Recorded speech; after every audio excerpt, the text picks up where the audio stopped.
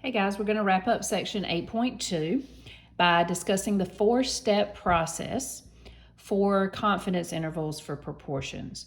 So your textbook is going to stop giving you those little icons and little hints that you're supposed to use the four-step process, because College Board is not going to tell you to use the four-step process. So from this point forward, you need to remember that anytime you are asked to construct a confidence interval, you must follow the 4 steps: state, plan, do, conclude. This template that I'm using is posted in your pacing guide on the day I talk about 4-step process. So if you wanted to print that out or just have it up when you're trying to remember the 4 steps, so you can practice these on your own. I'm going to be doing page 497, number 40, to help you see how the 4-step process truly works. All right, in January 2010, a Gallup poll asked a random sample of adults, in general, are you satisfied or dissatisfied with the way things are going in the United States at this time? In all, 256 said they were satisfied, and the remaining 769 said they were not. Construct and interpret a confidence interval, a 90% confidence interval, for the proportion of adults who are satisfied with how things are going. Follow the 4-step process. All right, so the first step is to state, and we are to state the parameter you want to estimate and to state the confidence level. So what we're trying to estimate is the true proportion, so P, the true proportion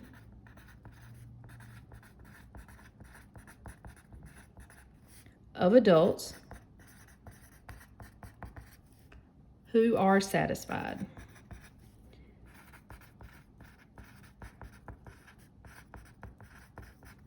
Our statistic is P hat, and we were told that 256 were satisfied, but we weren't given the sample size, but we were given enough to calculate it.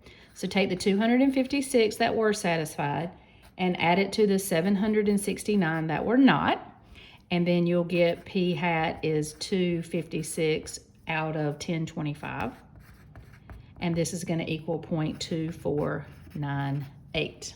I'm going to put that in our calculator. That's the state step. Plan. You will always identify the appropriate inference method and check conditions. So the inference method that we're using today is a one sample Z interval for proportions. Every one of the methods that we're going to learn has a name, and the name gives away what it is. One sample because we only selected one sample of US adults. Z interval because proportions, we have to use Z. The next video will discuss using means. Then we always want to check our conditions. We have 3 conditions. Random.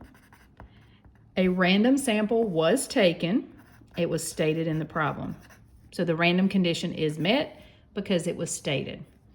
Then we have the independence condition. The independence condition says that we want to make sure our sample size is less than 10% of the population. So independence is going to be checked by the 10% condition. And we sampled 1,025 US adults. I think it's pretty safe to assume that 1,025 is less than or equal to 1/10 of US adults. So I think that condition is definitely met. Then the last condition is we need to make sure our sampling distribution has a shape that is normal. And for proportions, we check large counts. Now large counts was N times P hat, N times 1 minus P hat. Both these numbers have to be greater than or equal to 10. We also have talked about how large counts is really just calculating the number of successes and the number of failures. Well, since we had 256 successes and 769 failures, both are greater than 10. So our normal condition has been met. So Z is going to work for us. So if the conditions are met, perform the calculations. So our conditions are met, so we will keep going. But I usually get the question here, what happens if the conditions aren't met? What I have seen College Board do is they will say, check the conditions. Which of the following has been violated? And then you have to explain what's been violated and why. And then part B would say, okay, now assume that all the conditions are met. Please calculate the confidence interval.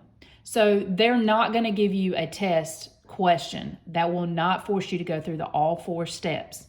So your conditions should be met, and if they're not, you would have to explain why they're not, and you could not proceed, because if your conditions are not met, you cannot go forward.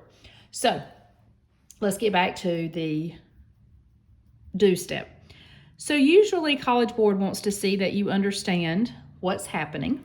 So let's write our general formula for a confidence interval for proportions.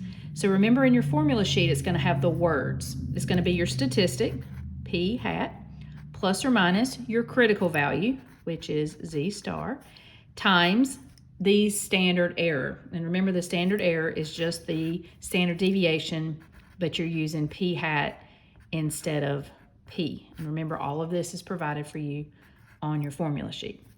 So that's your general formula. And then now we're going to put in our specific formula. P hat was 0.2498 as calculated up in our state step.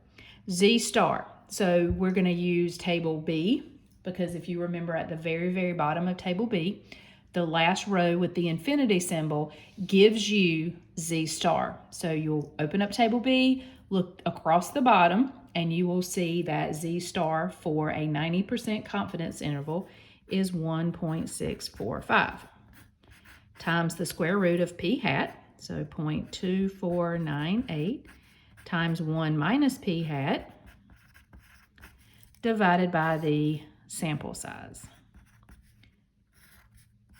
Okay, so if you want to check out my work, I have done the work already.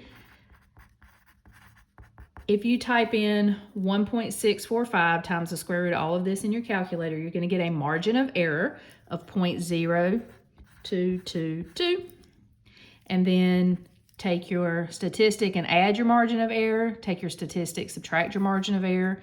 And of course, you put the smallest number first, 0.2276 to 0.2720. So there's your work and my answer right there. Then your conclude step is going to be to interpret your interval using the interpretation that I shared with you earlier. You will say, we are, use your confidence level, 90% confident that the true proportion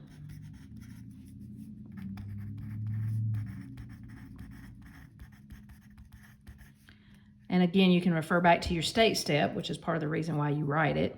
We are 90% confident that the true proportion of U.S. adults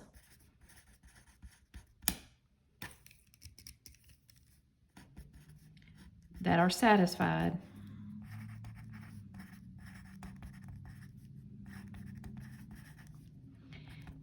is between 0.2276 and 0.2720. And that's the 4-step process.